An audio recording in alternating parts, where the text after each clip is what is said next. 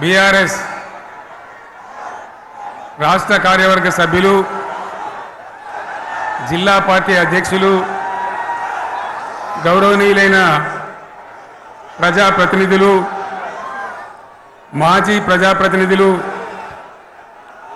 లక్షలాదిగా తరలివచ్చిన ప్రియతమ కార్యకర్తలు, సైకిళ్ల మీద, ఎడ్ల బండ్ల మీద, పాదయాత్ర పథికులుగా అనేక పద్ధతుల్లో అనేక ప్రాంతాల నుంచి ఈ సభకు విచ్చేసిన ప్రతి ఒక్కరికి పేరు పేరున వందనం, శుభాభివందనం.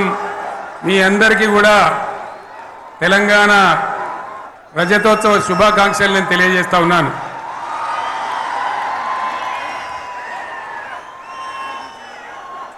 జననీ జన్మభూమిశ్చ స్వర్గాదపి గరీయసి. ఇది శ్రీరామచంద్రుడు లంక మీద యుద్ధం చేసి రావణ సంహారం చేసి అయోధ్యకు తిరిగి రావాలి అనేటువంటి ఆలోచనలో ఉన్నప్పుడు రాముల వారి సోదరుడు లక్ష్మణుడు సహా ఆయన వెంట ఉన్న చాలామంది పెద్దలు లంక చాలా సువర్ణమయంగా ఉంది, అద్భుతంగా ఉంది, మనం ఇంకా అయోధ్యకు ఎందుకు, ఇక్కడి నుంచే పరిపాలన చేద్దామని అంటారు. దానికి శ్రీరామచంద్రుల వారు ఒప్పుకోలేదు. ఆయన చెప్పిన మాట ఏంటంటే, కన్న తల్లిని జన్మభూమిని మించినటువంటి స్వర్గం ఏది కూడా ఉండదు, కాబట్టి మనం అయోధ్యకే తరలిపోవాలని చెప్పి మళ్ళీ అందరిని తీసుకొని అయోధ్యకు రావడం జరిగింది.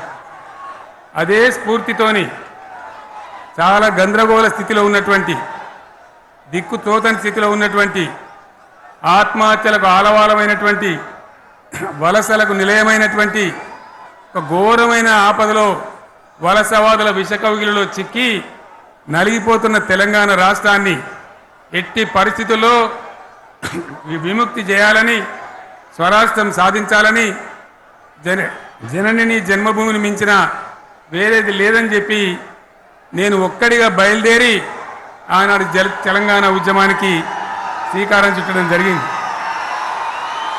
25 ఏళ్ల క్రితం, దయచేసి మీరు గొడవ బంద్ చేయాలి ఏమనుకోవద్దు, సభలో చాలామంది ఉన్నారు, లక్షల మంది ఉన్నారు, మీరు ఆపాలి ప్లీజ్. ఒకటే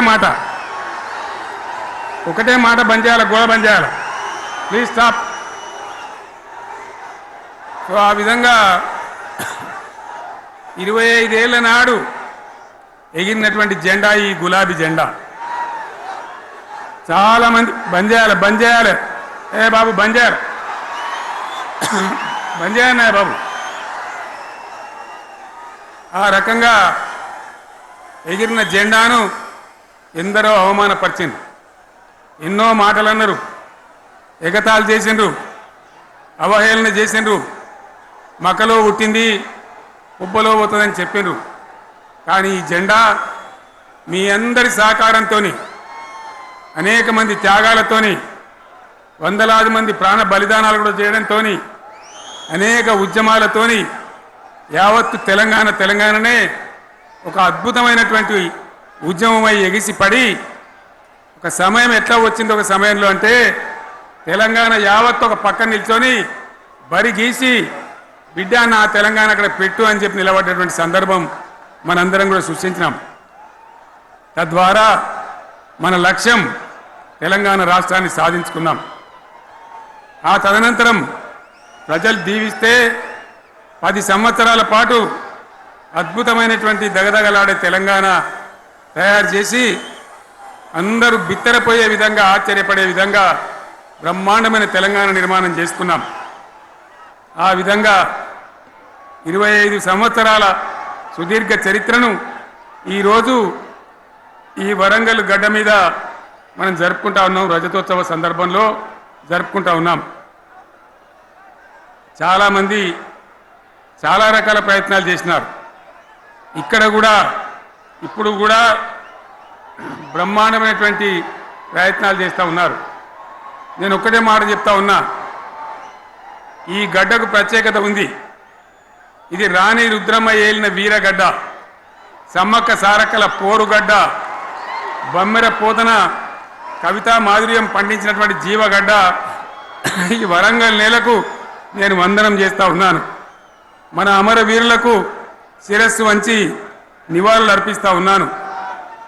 1969లో మూగబోయిన తెలంగాణ నినాదానికి తిరిగి జీవం పోసింది ఈ గులాబీ జెండా అని మీ అందరికీ నేను మనవి చేస్తా ఉన్నాను.